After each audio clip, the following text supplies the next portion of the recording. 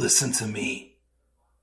If there was a wise man who would ever think of this, they would say in order to be superior to the man, you've got to be the man. For I am the man himself.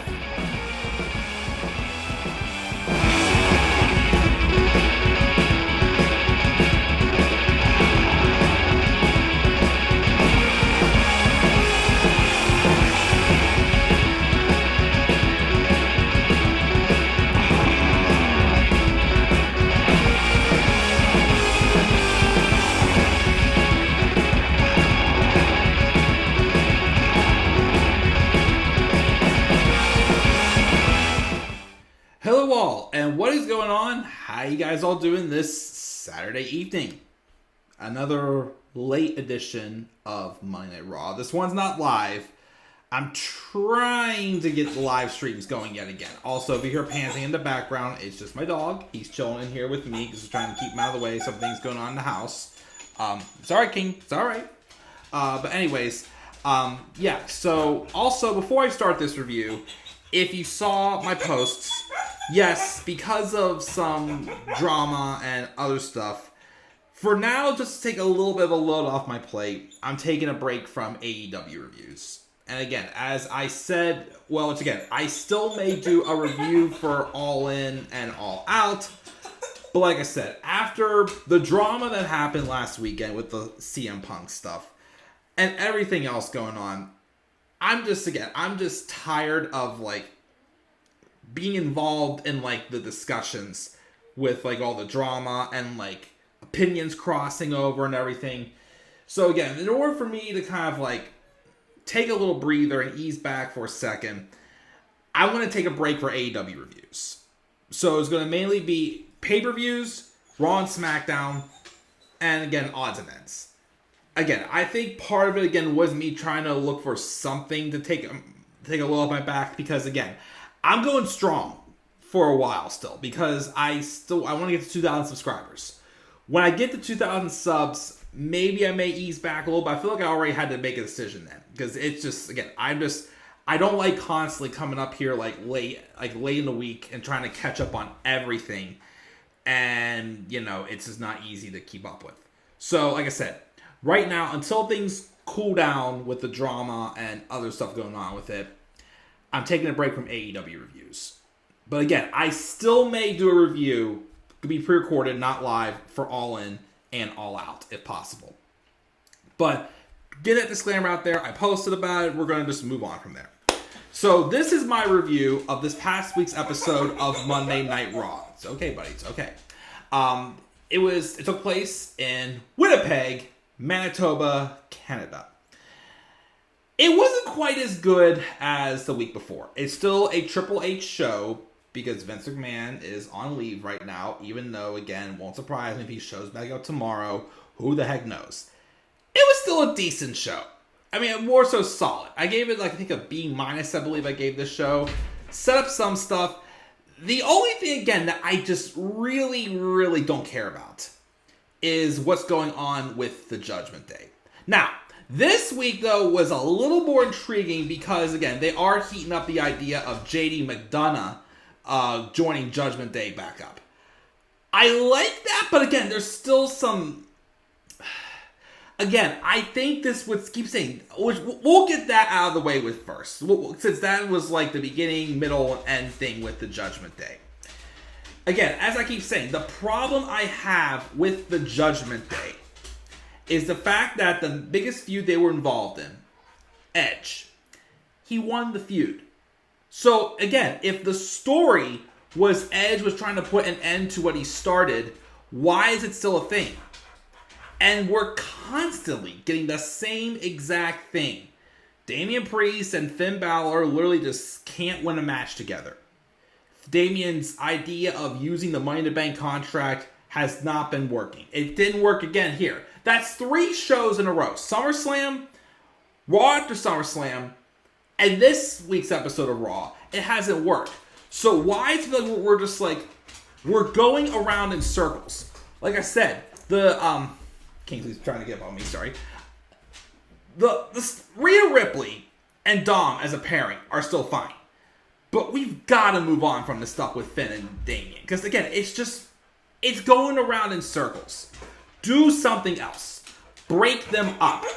Now, the thing is, again, I like that they tease, well, I like, but I also thought they screwed up a little bit with JD McDonough. So I like this idea that they're teasing that JD McDonough is a piece that they should, like, invite in. Because, once again, at the beginning of the show, he came out to give a message from Finn Balor. But, of course, they say, you're not part of the Judgement. He goes, okay, I know I'm not, just sending you a message. And then, of course, Sami Zayn came out because JD wrote him out of the main event last week. And then he had him, and Sami and JD had a match. And I thought it was a great match. Sami and JD had really good chemistry. Again, I've always been a big fan of, well, Jordan Devlin, but since he came over to the States, he's been JD McDonough. But I think they're still having him play the same character as he was before, except just a new name. Why a new name? I don't know. But it still works. I thought they gave them a lot of time. They gave actually every match since Triple H has been fully in control again, has been getting a lot of time. And most of them have been very good quality. The only problem I had with this is Sami Zayn won. Which again, I love Sami, but my thing is because I feel like it kind of like hurt the whole idea of that JD's the guy who's trying to, like, keep the Judgment Day stable.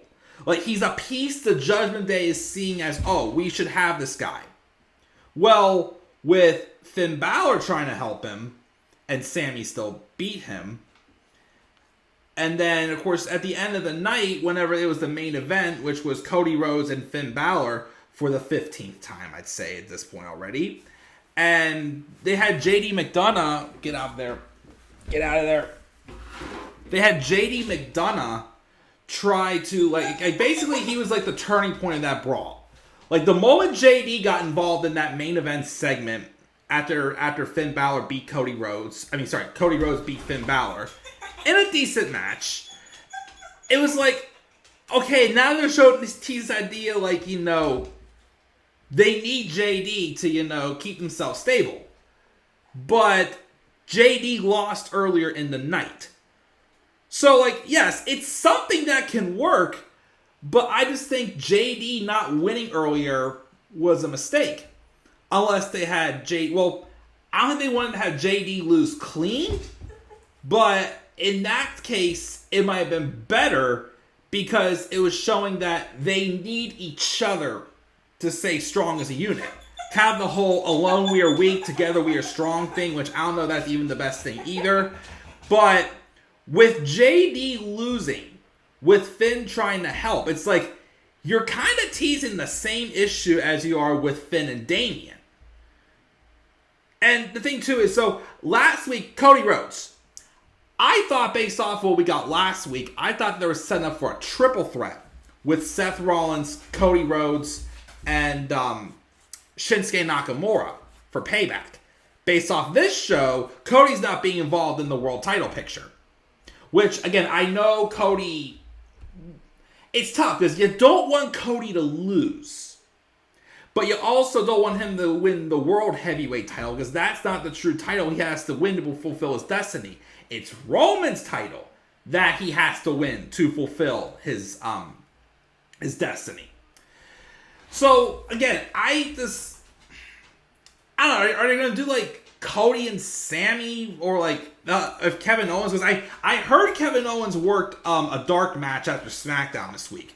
Are they going to have, like, a 6-man tag at Payback with Cody, Sami, and Kevin versus the Judgment Day? Like, again, they're trying to make them, like, the next big thing.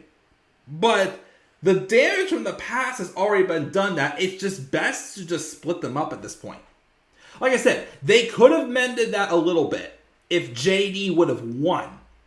But since JD lost and we had help from Finn Balor, that kind of to me like throws that out the window. So like I said, that's the only thing I really didn't care for. I mean, again, I liked the match with Sami and JD. That was a great match.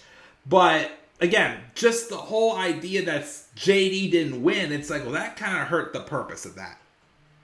Rhea, though, did squash Indi Hartwell in her first match on Raw, which that sucks. But this made Rhea look like a monster, as she'll probably finally have a pay-per-view match. I think first one since Night of Champions at Payback against Raquel Rodriguez, who won't be able to wrestle till she's cleared.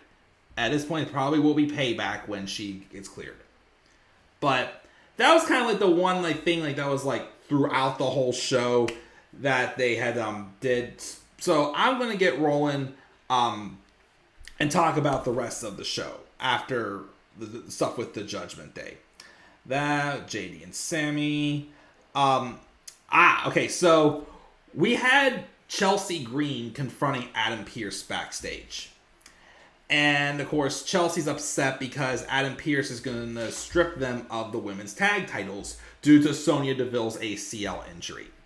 And she's complaining, saying that she will not do that. And she wants to speak with the manager and have tryouts for a new tag team partner. Then roll up Katana Chance and Kaden Carter, and they say, well, as soon as you find a partner, we would like to fight for those tag titles. And then, bam! They both get taken out by a big figure. And at first you're thinking, please no Nia Jax. Please no Nia Jax. There's been rumors of Nia Jax coming out. Please no Nia Jax. Please, I don't want any more hit on my TV. But it was not Nia Jax. It was someone else we haven't seen for quite a while, I would say. Piper Niven. She basically just stormed in there, took everybody out, and said, that title, that's mine. So she's like, we don't have to have any tryouts. And then Chelsea's like, well, you can just put the thing in there. She goes, nope. She yanks the title off, the second title off of Chelsea's shoulder. She goes, I'm your new tag partner. And she don't take no for an answer. And she's like, okay. So Piper Niven's now a tag champion. Will Adam Pearce approve them keeping the titles? Again, something like this, I'm actually okay with. Because again, and I keep saying this, and I'm sorry, again. I like Chelsea Green's Karen character. I still think it would have worked a little bit better if it was with Carmella.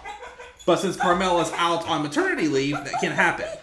Again, Sonya, if it was 2020 Sonya, when she feuded with Mandy Rose, that would have worked. Again, I don't know. Just this, just the way Sonya's been booked since she had her, GM role. It feels like when Baron Corbin was GM. It just feels like she's just whining and saying, you're being a big old meanie. But again, she has nothing to back up her case. So, again, absence may help the Hardcore Fonder. Maybe he'll give Sonya a shot as a babyface when she comes back. Maybe that'll work. We'll see. I don't know. But I'm interested to see where this goes. And I'm glad they're finally giving Piper Niven something to do. Thank goodness Vince didn't take her back to Dewdrop, but anyways, we have that. Cody Rhodes had an interview. Already talked about all that shtick. We also then have Gunther come out. He stands firm on top of the table with Imperium by his side. He says, as a European, he's always looked forward to coming to Canada. But after being here all morning, he understands why Winnipeg is the armpit of Canada. But he's here to address Chad Gable. He was actually very impressed with his victory last week. He's been working hard for years. A former Olympian.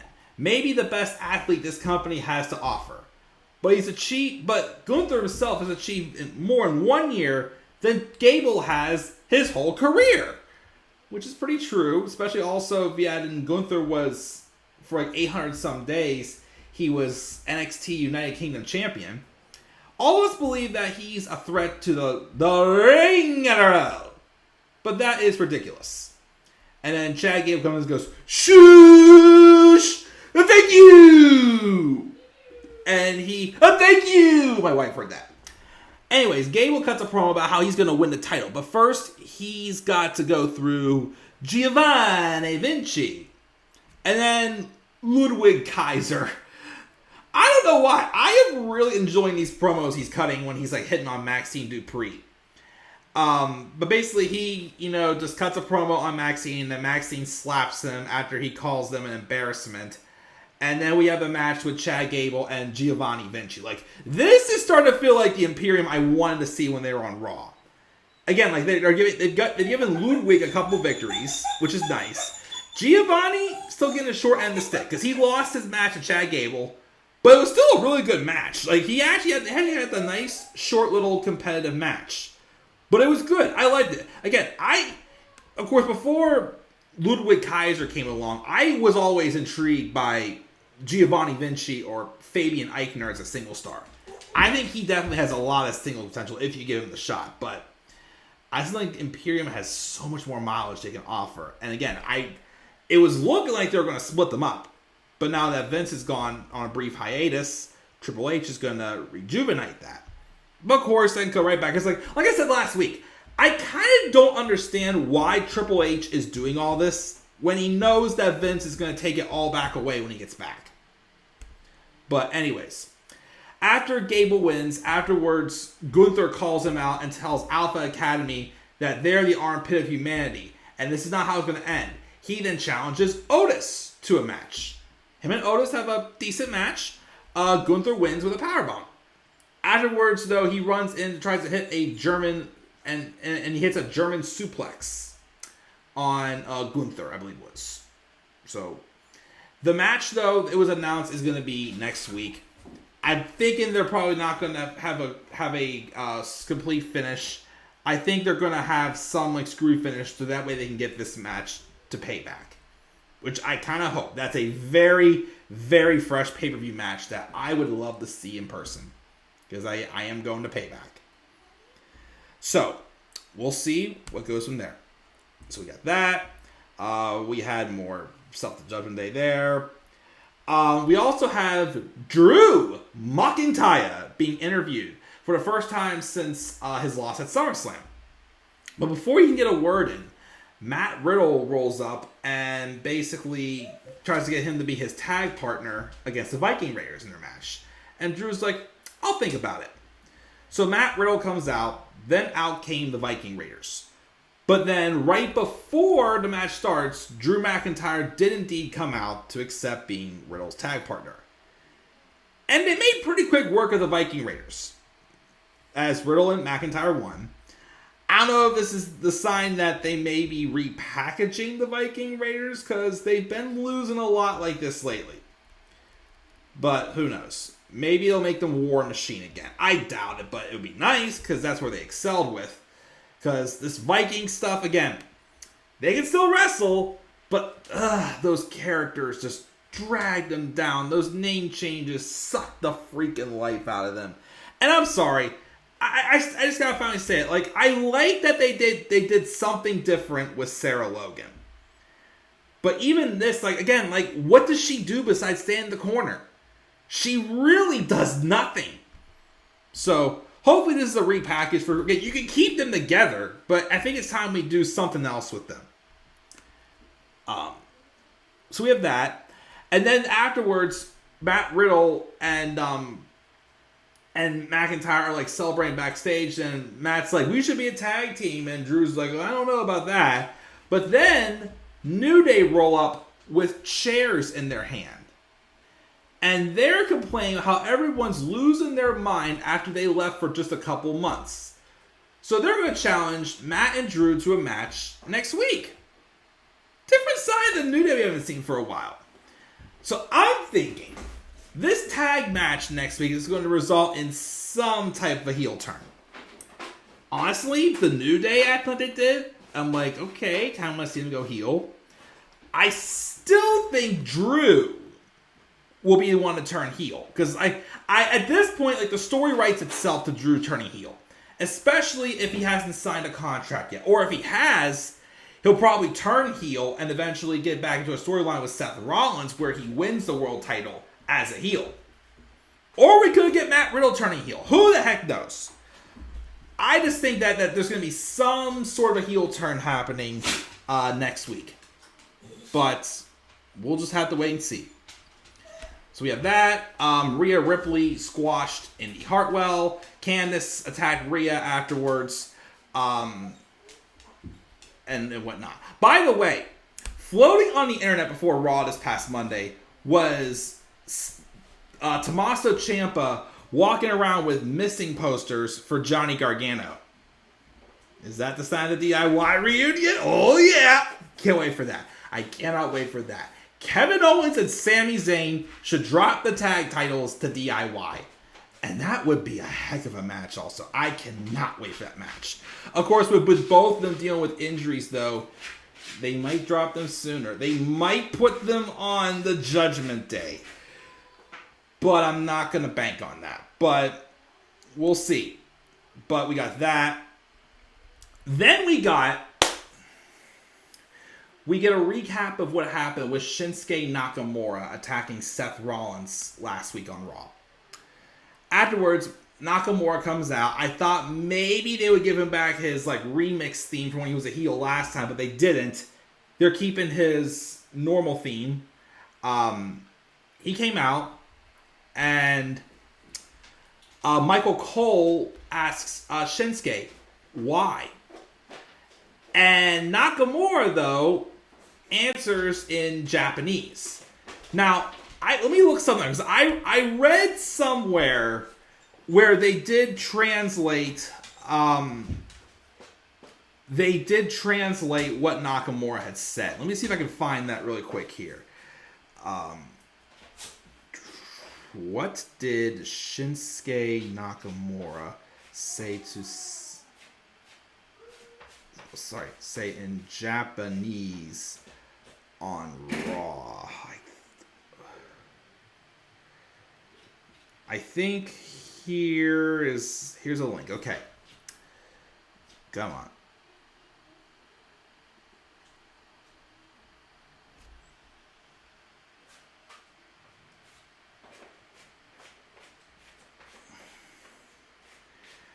Basically, okay, so what I'm reading here is he claimed in Japanese that he was fed up of many things and that he wanted to show his true nature.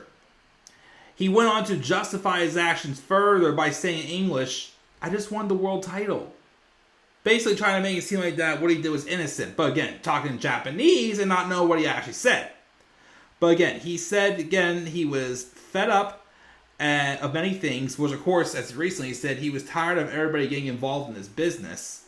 So he was fed up and, he just wants the world title. And of course, Michael Cole said, I get that, but was really kicking Seth in the head necessary. And basically he started talking in Japanese again. And basically again, he just ends with saying, I just want a shot at the world title. But what he said in Japanese, though, was something like that it is the quickest way to prove yourself. He showed his ambitious side as he claims he was hungry for more and he's not satisfied with his current role. And as he looks to go about that, he's worthy of holding the world title. So, yes, I do like that, of course. It was different because I thought at first they would basically do what he did in 2018. Basically, I don't know. I feel very sorry for what I did. And, not really. And then Renee would be like, that's not true. And he goes, Sorry, no speak English. Which we never really found out what it was. But, But I did like that how he was explaining Japanese. He goes, I just want the world title. Because especially what happened at the end of this segment, they're obviously trying to emphasize the mind games of Shinsuke Nakamura. And it left us wanting more. Because after Nakamura he said he just wants the world title and he will win it, out comes Seth Rollins. He welcomes the crowd to Monday Night Rollins, and then he tells Cole he's got this from here. He did say one thing I don't like, though, and he's like, Shin, if you wanted a shot, I'm not hard to find. All you had to do was ask.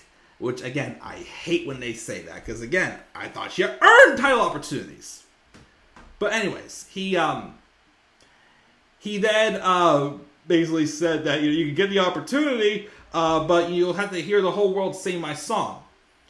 And he says he's less concerned with the why and more concerned with how they can get even.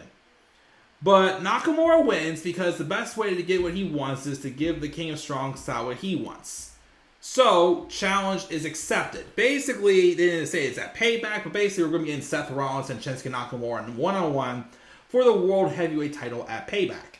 Which I kind of hope is the main event, especially if there's going to be nothing with the bloodline. Different main event match. Then Nakamura whispers something into Seth's ear. And when Nakamura walks away, Seth's like, what? Like, what's that? Which we couldn't figure out what happened, what it was this week on Raw. And then as Rollins is thrown off, bam! Another Kinshasa right to the face of Seth Rollins. Okay? Like I said, I like this idea of like Nakamura playing the mind games. That will help him excel with his character. And as I keep saying too, this is the perfect roster to rebuild Shinsuke Nakamura.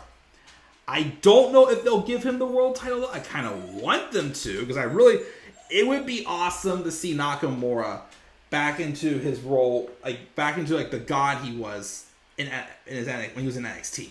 I would love to see that Nakamura again versus Seth Rollins. Don't make him Nutcracker Nakamura again and have Seth Rollins take 50 nut shots and he still does not wear a cup. Sorry, AJ Styles, had to say that there. But yeah, we'll see how that goes. I'm interested in this. Then backstage, get out of there. Backstage, we then see Byron Saxton interviewing The Miz regarding L.A. Knight. Yeah! Miz, yeah! Miz denies that he shook L.A. Knight's hand, and that Kingsley, get down, and he rambles about how he does as he pleases, and he might show up on SmackDown. Which, spoiler alert for my SmackDown review, he did. And I guess the last thing to talk about, I believe so, is Trish Stratus and Becky. So, they had the match they should have had at SummerSlam, but they didn't. But, it's not over. Because Becky and Trish, although the match was nowhere close to being as good as their match was at Night of Champions, it was a setup match. Well, first off, again, the stipulation was Zoey Stark was banned from ringside. But Trish, first off, revealed during the match her face was perfectly fine and was about to use her mask as a weapon. But of course, it backfired. And then they brawled into the crowd and it ended in a double countout. They make their way up the stairs. They brawl by the concessions. Zoey Stark comes out of nowhere to help Trish because the match is over. And also they're technically not at ringside. So of course then Adam Pearce is like, it ain't ending like this. There is going to be a winner. And you will get a rematch. It'll be a steel cage match.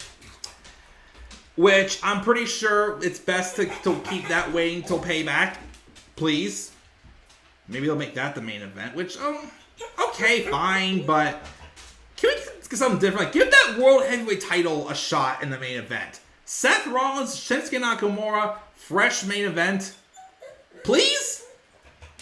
Unless they are doing something with the bloodline. Jimmy Uso is going to be... spoiler alert, they did say on SmackDown last night that Jimmy Uso will be on SmackDown next Friday. And there's still rumors that Rikishi accidentally leaked that he's going to be a special guest referee. Because I guess there's some autograph signing out for Rikishi. It says right before he referees at Payback. But I don't know what they're going to do. Like, are they going to... because Roman's not supposed to be wrestling at Payback.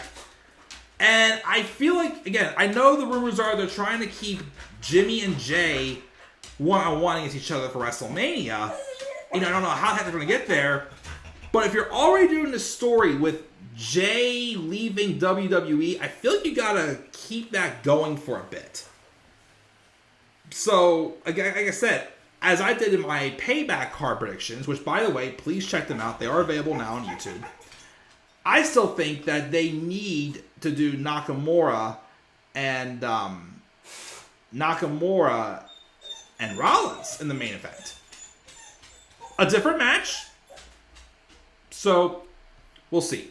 And then, of course, again, the main event was Cody Rhodes and Finn Balor talking about at the beginning, and that was Raw. Again, decent. Like, I gave it a B-.